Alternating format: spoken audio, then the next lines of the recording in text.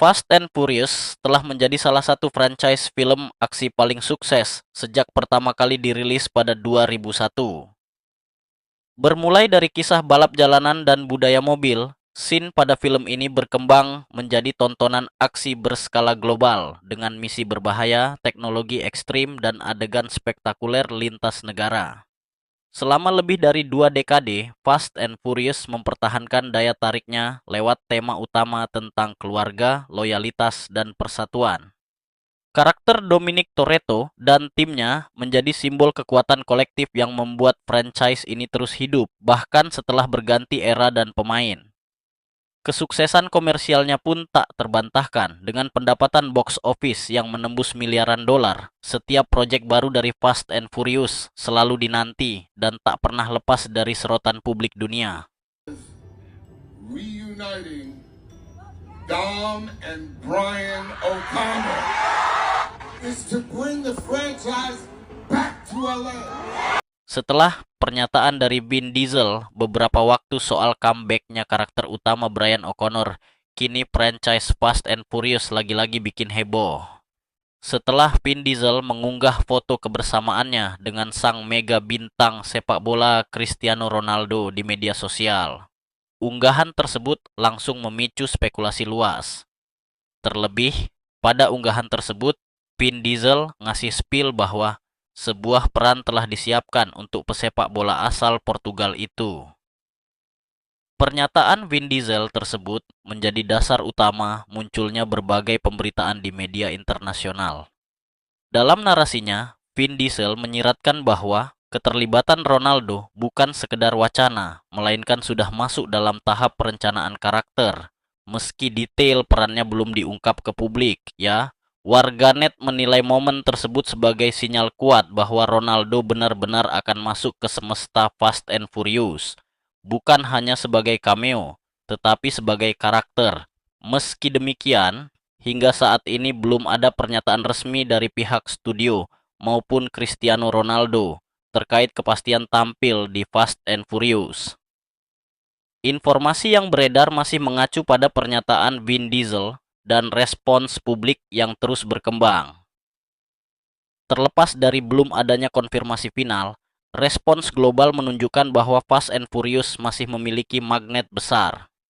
Jika Cristiano Ronaldo benar-benar bergabung, ini berpotensi menjadi salah satu proyek paling disorot dalam sejarah franchise tersebut yang menyatukan basis penggemar sepak bola dan film aksi dalam satu layar. Plot Fast and Furious 11 atau juga disebut Fast X Part 2 akan melanjutkan cliffhanger dari Fast X, berfokus pada upaya Dom menyelamatkan keluarganya dari Dante yang balas dendam dengan kembalinya banyak karakter, adegan balap jalanan di LA, dan penghormatan terakhir untuk Brian Akos. Mungkin dengan kembali ke akar cerita dan menampilkan reuni Dom dengan Brian, ya. Setelah ada kabar yang kurang menyenangkan dari franchise ini soal nasibnya yang masih belum jelas, Fast and Furious 11 bisa dibilang sedang terjebak di lampu kuning. Antara lanjut atau berhenti, semuanya masih tergantung keputusan studio besar Universal Pictures. Masalah utamanya bukan karena aktornya keluar, bukan karena sutradaranya mundur, tapi karena satu hal klasik di Hollywood, performa film sebelumnya dan budget alias duit produksi. Sumber dari beberapa media hiburan internasional menyebutkan kalau Universal Pictures minta agar biaya produksi film Fast and Furious 11 gak lebih dari 200 juta dolar AS. Angka itu sebenarnya masih gede, tapi kalau dibandingkan sama film sebelumnya Fast X, jelas jauh budgetnya. Sebagai catatan, Fast X menelan biaya sekitar 340 juta dolar. Dan walau berhasil meraup 714 juta dolar di box office global, margin keuntungannya tipis banget. Universal pun langsung pasang rem tangan.